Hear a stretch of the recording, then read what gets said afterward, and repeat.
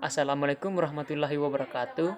Salam, Om Swastiastu, Namo Buddhaya, salam kebajikan, dan salam rahayu. Mari kita belajar bersama-sama mengenai hukum. Jadi pada kesempatan kali ini kita akan membahas masalah sistem hukum. Namun kali ini saya akan perkenalkan dulu kawan-kawan. Perkenalkan, nama saya Albert. Saya berasal dari Fakultas Hukum Universitas Sulawesi Barat.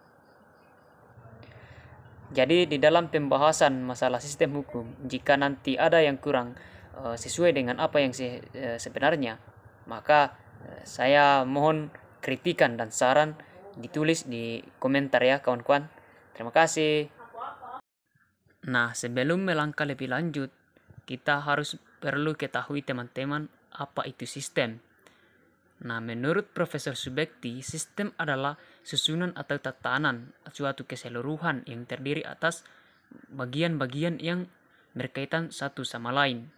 Sehingga hukum itu bisa dikatakan suatu sistem yang artinya suatu susunan atau tatanan teratur dari aturan-aturan hidup keseluruhannya terdiri dari bagian-bagian yang berkaitan satu sama lain. Nah, kalau pengertian hukum itu sendiri, hukum itu sangat sulit diberikan definisi yang pasti karena kompleks dan sangat beragam sudut pandang yang akan diuji. Menurut Van den Oppeldron, definisi hukum sangat sulit dibuat karena tidak mungkin untuk mengadakannya yang sesuai dengan kenyataan. Nah, berikut, menurut Utrecht berpendapat bahwa hukum adalah himpunan peraturan, perintah dan larangan yang mengurus tata tertib suatu masyarakat dan karena itu harus ditaati masyarakat. Nah, dari beberapa pendapat masalah pengertian hukum yang dikemukakan oleh para ahli, hukum itu memiliki ciri-ciri. Yang pertama, adanya perintah dan larangan. Dan yang kedua, perintah dan larangan itu bersifat memaksa, mengikat semua orang. Nah, kemudian unsur-unsur hukum itu meliputi peraturan mengenai tingkah laku manusia dalam pergaulan masyarakat. Yang kedua, peraturan itu dibentuk oleh badan-badan resmi yang berwajib dan berwenang. Yang ketiga, peraturan itu bersifat memaksa. Yang keempat, sanksi terhadap pelanggaran peraturan tersebut adalah tegas dan nyata. Nah, itu adalah unsur-unsur hukum. Nah, kemudian di dalam sistem hukum dapat digolongkan ada beberapa. Yang pertama itu penggolongan hukum, yaitu pertama berdasarkan wujudnya, yaitu hukum tertulis atau bisa ditemui berupa tulisan. Kemudian yang kedua, hukum tidak tertulis, yaitu hukum yang masih hidup dan tumbuh dalam keyakinan masyarakat atau yang biasa kita kenal hukum adat. Nah, penggolongan hukum yang kedua yaitu berdasarkan tempat berlakunya. Yang pertama itu ada hukum nasional, yaitu hukum yang berlaku di dalam wilayah negara tertentu. Kemudian yang kedua, hukum internasional, yaitu jenis hukum yang berguna untuk mengatur hubungan hukum antara negara dalam hubungan internasional. Yang ketiga, hukum asing, yaitu hukum yang berlaku di negara lain dan tidak pada negara bersangkutan. Kemudian yang keempat itu ada hukum gereja. Nah, penggolongan hukum yang ketiga yaitu berdasarkan waktu berlakunya. Ya, yang pertama hukum positif.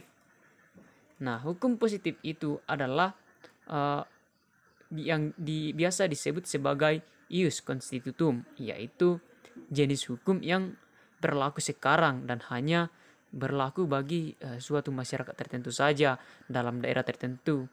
Kemudian yang kedua itu ada hukum negatif atau yang disebut dengan ius constituendum. Ius constituendum adalah hukum yang diharapkan dapat berlaku pada waktu yang akan datang. Nah, yang ketiga ada hukum alam atau yang biasa disebut ius natural atau antar waktu, adalah jenis hukum yang berlaku kapan saja dan di mana saja dari dulu sampai sekarang. hukum ini berlaku untuk selama-lamanya terhadap siapapun juga di seluruh tempat. Nah, kemudian penggolongan hukum yang keempat itu berdasarkan cara mempertahankannya, yaitu ada hukum material dan ada hukum formil. Nah, hukum material itu yaitu jenis hukum yang mengatur hubungan antara anggota masyarakat yang berlaku secara umum mengenai hal-hal yang dilarang serta yang diperbolehkan untuk dilakukan. Sedangkan hukum formal itu jenis hukum yang mengatur tentang bagaimana cara mempertahankan dan melaksanakan hukum material. Kemudian penggolongan hukum yang kelima yaitu berdasarkan wujudnya. Yang pertama, hukum objektif adalah hukum yang mengatur hubungan antara dua orang atau lebih yang berlaku umum. Kemudian yang kedua ada hukum subjektif, adalah hukum yang muncul dari hukum objektif dan berlaku terhadap seseorang atau lebih. Nah, penggolongan hukum yang keenam yaitu berdasarkan isinya. Yang pertama itu ada hukum publik dan yang kedua ada hukum privat. Nah, hukum publik itu dibagi lagi menjadi 4, yaitu hukum pidana, yaitu hukum yang berhubungan dengan pelanggaran dan kejahatan serta memuat larangan dan sanksi. Sedangkan hukum tata negara adalah hubungan antara negara dengan bagian-bagiannya. Kemudian ada hukum administrasi negara, yaitu hukum yang mengatur antara tugas dan kewajiban para pejabat negara. Kemudian yang keempat ada hukum internasional, yaitu hubungan antara negara. Contohnya perjanjian internasional, hukum perang internasional, dan lain-lain. Kemudian ada hukum privat memiliki 2 jenis, yaitu hukum perdata dan hukum perniagaan.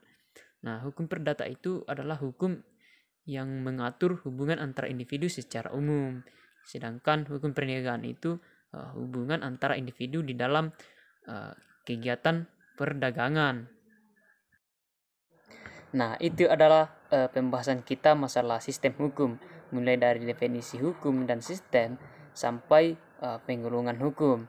Nah, nanti video berikutnya kita akan membahas masalah sumber-sumber hukum. Nah, untuk kali ini pembahasan kita cukup sampai di sini dulu. Nanti lain kali baru disambung. Tonton terus video ini ya kawan-kawan. Terima kasih.